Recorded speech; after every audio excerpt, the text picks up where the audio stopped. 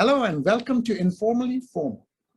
We have a very important topic today and an equally important person that we're going to be talking to. Anis Khan is a career banker that started his career with Grinleys on to Standard Chartered and many other fine institutions, including at the helm of IDLC and 11 years at the helm of Mutual Trust Bank Limited. After his retirement there, he continues to be very busy serving on the boards of many fine organizations like ACI, Berger Paints, Summit, and others.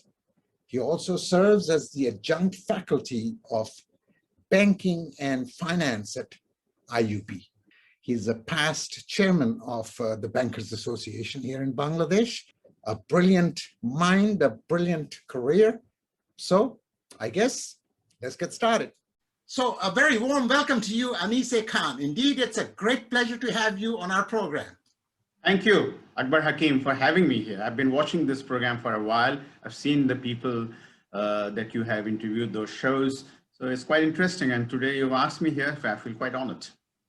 All right, great. Anis, with someone like you, when we have in our program, I want to get right into the meat of it. So let me start off. As you all know, we have aptly named our program The State of the Financial Sector in Bangladesh. So my first question to you, Anis, would be paint a picture for us. Give us an overview of what do you think, where do we stand as far as the financial sector in Bangladesh goes? Over to you, Anis. Thank you for the very nice question. First of all, Bangladesh is developing quite well under the leadership of our Prime Minister, and we have a much better country than when it was on 16 December when we achieved independence. We then started with democracy in whatever form it may be, and we are here today. We have a working parliament, we have a working parliamentary democracy, and it's evolving. It will take time. It cannot be of the standards of the United Kingdom, of Australia, of New Zealand, or of Canada, but it is all part of evolution. That is what I would say. We are only a 50-year-old country. Now that the Bangladesh is doing so much better, and when we had 70 million people and couldn't feed our people, now we have 170 million people nearly, and we are able to feed our people in fisheries resources, and then in fruits and vegetables. We are one of the leading countries of the world. We are one of the most fertile countries of the world. And also, of course, we are subject to the vagaries of nature and also to climate change. But despite that, our agricultural scientists have unleashed a miracle, and our agriculturists, our farmers, they work very hard to bring us to where we have come today, along with the service industry and the manufacturing industry. So I remember there was only this cement clinker and grinding factory in Chittagong, and then started first one of the first cement factories was Confidence Cement, I remember, and because I was their bankers, and I also managed their IPO, the first IPO. So that was the first factory. But today you have surplus cement manufacturing.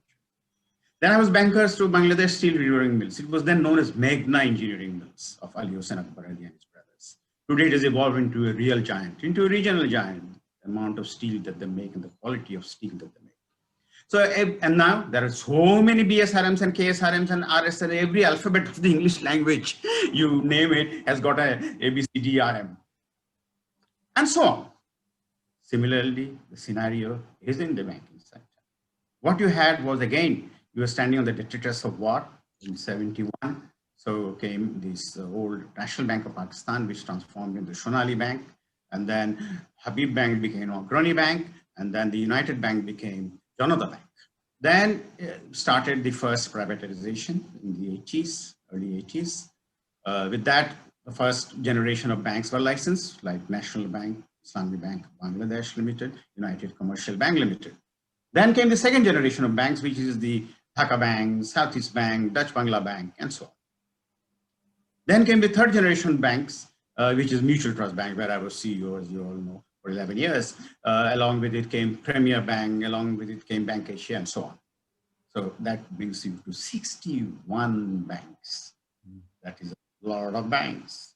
Now, let's paint the picture of non-banking financial institutions. The first non-banking financial institution was IPDC of Bangladesh. after that, a number of non-banking financial institutions started to be licensed, including Lanka Mangla Finance, Uttara Finance, United Finance, and so on. Before, they used to be known all as leasing companies.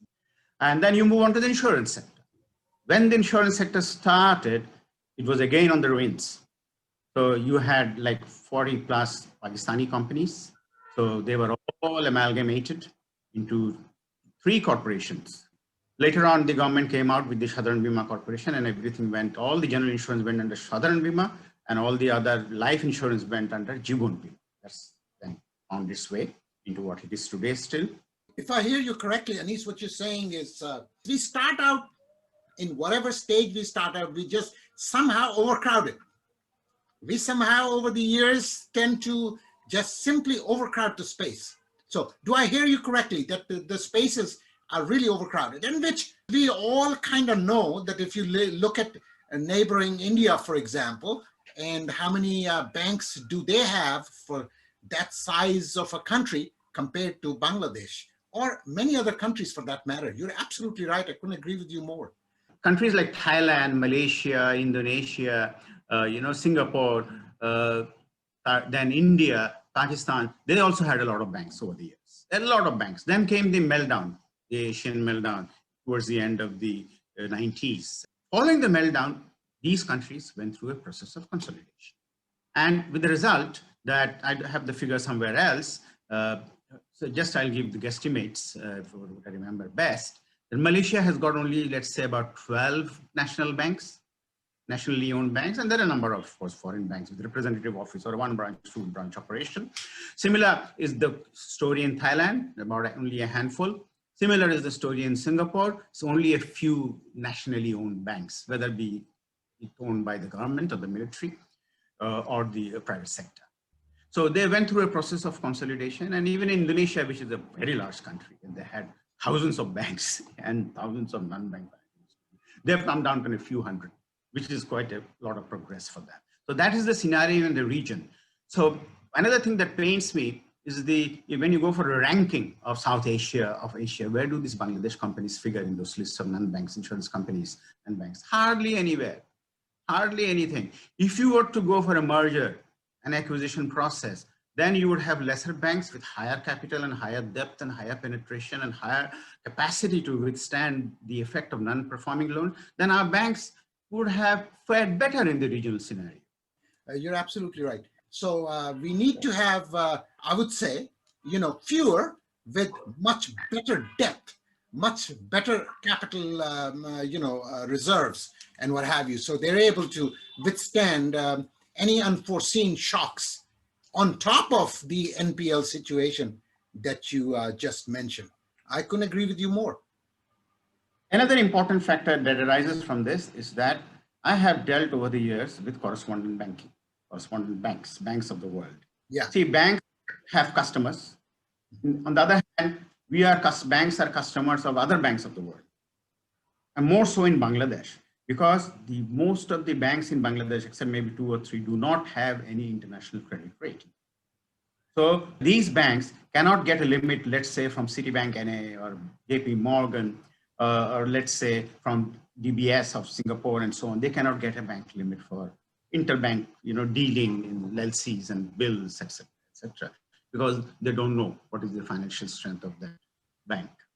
So what they do is they come to Bangladesh, they do their own appraisal, they meet people like us, get a presentation from us, look at the balance sheet, look at the corporate governance at the board, and then they give you a limit for, let's say, $5 million for LCs, confirmations, and then the discounting of it, and so on. So in the beginning, it was very difficult for the small banks with small capital to attract all these banks. But now that these banks have really grown to some extent, even like Mutual Trust Bank, the 11 years I was there, it grew 4 times its balance sheet, 5 times its capital. Of course, there was an infusion from Norfund. Even a government of Norway has invested 10%.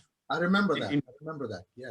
For example. And similarly, also the IFC did in the Citibank recently 5%, and earlier in BRAC Bank, and also FMO in that. Now, these are very good signs. That means that these banks, all these banks, 4 or 5 banks are quite comparatively well run, and other banks should take an example to do the same. So it's very important If you were to merge a few banks together and have this high capital, and then non-performing loan ratio would drop because of the combined strength of the balance sheet, they would attract these banks just like, butterflies. They would come swarming into Bangladesh. They would fawn upon the bank and give you not $5 million, 20 million, 30 million limits. And then the business people of Bangladesh would get the advantage because they would get advantageous confirmation, costs, and let's be able to establish their LCs and get them discounted more easily. That is extremely important, which nobody actually sees that scenario. If a bank is merged and made large, what is the effect? This is a very important effect, that you become renowned in the international community. In addition to that, the FMOs of the world, the IFCs of the world, the Asian development banks of the world, they have a lot of money to give us, to our country. And they do it through banks, and they'll only give it to a bank which is strong in every sphere. And then that money is given at concessional rates for SMEs, for specialized financing, for government factor, retrofitting, etc., specific purposes. So if the balance sheet is strong, those banks will be able to attract these funds and be able to lend them to their customer at a lower rate. Then their cost of doing business will be lower, and their profitability will go up. And the fact that the government buyers of the world are always pushing our traders, our manufacturers, our exporters so hard for margins, squeezing the margin, a little improvement in this margin of doing business would help them. Absolutely, absolutely. I couldn't agree with you more. I have often thought about this scenario myself, that, a small space like Bangladesh, we are just way too many financial institutions, way too many banks, and we ought to see some mergers in this space. And just the economy of scale itself will bring about efficiencies, and it will bring about savings, both for the corporate clients as well as the bank itself. What would you, if we stick to that topic itself, Anis, what would some of your recommendations be? Either be it to the private sector or be it to the government. What would some of your policy recommendations be? That's another excellent question. You're asking me, somebody who has done all these things so many times. So I'll give you examples, and my answers will lie in those examples. First example, 2000. In 2000, ANZ Greenless Bank, which was the largest and most successful foreign bank in Bangladesh, and was doing so well, and was Mohammad Rumi Ali was in place as the first Bangladeshi CEO, and we were going great guns, great training, great systems. And I had just implemented the CBS, commercial banking system, state-of-the-art computer, which revolutionized, the most modern, even today I think it's one of the most modern banking platforms that I have ever seen. So I had implemented that along with Salim Hussain, of course. I did not do it alone. I happened to be the project leader, but Salim Hussain was the project manager. He worked very hard, bank CEO, and there was Abul Kalam Azad, who was the head of IT, and there were so many other people, and we did all that together. After that, we got acquired. And who acquired us? A bank which is much smaller in Bangladesh, and from where ANZ Greenless Bank people had gone on over there to head the positions. So they acquired us. So it was quite traumatic for us, very traumatic. A small bank in Bangladesh acquiring this very successful bank. So I was then made the head of integration, head of merger. I was given the responsibility that you lead it under Mohammad Rumi Ali's leadership in Bangladesh, and there was another person in John Isophides, who was based in Dubai, because they had bought the entire piece of this bank right from the Middle East, right up from Bahrain to Bangladesh. Everything, India, Bangladesh, Pakistan, Sri Lanka, and the entire Middle East, wherever this bank was, all was bought by Standard Chartered Bank. So the integration office was set up in Dubai, and Boston Consulting Group was leading it. And I was reporting to Rumi Bhai, and I was also reporting into the integration office in Dubai on a daily basis. It was very hard work. It was very much hard work. I really didn't want the job, but then they also gave me an additional job. I was a corporate banker. Mahmoud Sattar was the head of the corporate bank. I was number 2. And we were doing great. I was really enjoying that. So they said, no, you become the head of this newly made department called Legal and Compliance. We need it. Standard Chartered Bank needs it. Nobody had that department. So I most reluctantly became head of the department in Bangladesh. But that, again, was a blessing in disguise. Having done the operations, foreign trade, having done the corporate banking, having done retail banking, was another aspect that I was learning. So that was a blessing in disguise in the long run. And with that same capacity, you also lead the integration. So we went ahead, we took the assistance and support of late barrister Fikul Haq, and then Mr. Nazrul Huda. Had many meetings with them. In the absence of a merger law, we came with a scheme of merger acquisition, which we put through to the central bank, and then there's a Bangladesh Bank Company Act has a special law where the governor can invoke and make that into a special regulation. So under that regulation, the two banks were merged. And also it fell upon me to do the transformation of the technology of the platform. And you believe, having done 3 upgradations, I had to do 1 downgrade because the BBS, the business banking system of Standard Chartered Bank, was the inferior system compared to the CBS, which we had just implemented. Look at Standard Chartered Bank today. What a successful story it is, having merged with the NZ Bank. And look at these figures, look at its non-performing loan, look at its capital, look at its profitability with this operation. It's one of the most profitable banks in Bangladesh. Absolutely, absolutely. Fantastic. And the return on ratios, everything must be fantastic. Islamic Bank can be the most profitable. It's a huge bank with huge balance sheet and huge presence in the country. But Standard Chartered Bank does not have that balance sheet. Nevertheless, it generates similar profits. So you can imagine the efficiency of that balance sheet. Right. And then the other example I always give is Bank Asia. Bank Asia was set up around the same time, 1999, as Mutual Trust Bank, the same time, everything same. Then that bank's leaders, Mr. Rauf Chaudhary, etc., they had the wisdom to acquire the Bank of Nova Scotia, then the Société Générale of France, when those 2 banks left this country. Then they also acquired a Muslim commercial bank when they left this country. The result, that because of this acquisition, that bank has become now double the size of Mutual Trust Bank, and profitability and capital, everything else is going great guns.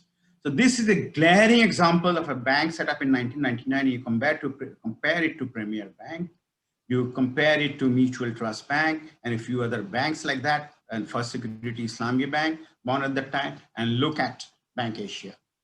Because of this merger, how successful they have become. Similarly, later on, Standard Chartered Bank also acquired the American Express. Whatever the piece was left in Bangladesh, they acquired that. So you can see what has happened. And again, in Bangladesh, they merged Shilpo Bank and Bangladesh Shilpo Rin Songstha, which was a great thing to do, in my opinion. So the BDBL, though it had acquired all those bad loans earlier, they're still, despite that, they are trying to, put their head above water and do better. So these are glaring examples in Bangladesh of mergers.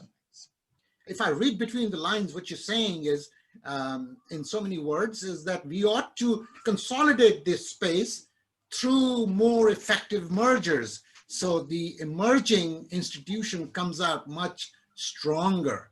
Isn't that correct?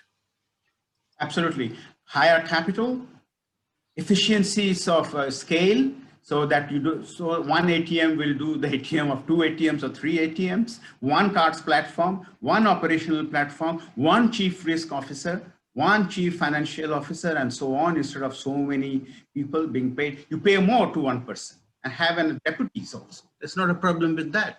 Deputy for this and deputy for that, deputy for balance sheet, deputy for capital, deputy for this. There's not a problem, for example, in the finance department. So, but then you have higher, and then you are able to attract banks of the world for the confirmation limits and the loan lines and the discounting lines. I think it would be a dream thing to do. What would you say, what we ought to do to start this process? Who needs to start this process? I would assume that some of the owners may not necessarily want this consolidation. So what market forces can come into play to make this happen, make it into a reality? It's always sovereign will, the elected sovereign. We have an elected sovereign. We have the elected prime minister. So the will has to come from the elected government, that we will have a merger and acquisition process in Bangladesh. Now that depends on the will. I can't say that, I'm not a politician. Right. So we can say is that, first of all, at least they can have a merger and acquisition law in place. So in future, mergers and acquisitions can be guided by them. So everybody knows what is to be done. Then you may be able to find, even once the law is in place and is all foolproof, You may be able to see a foreign investor coming in and say, we want to do a joint venture with you. We will buy 50% fresh capital.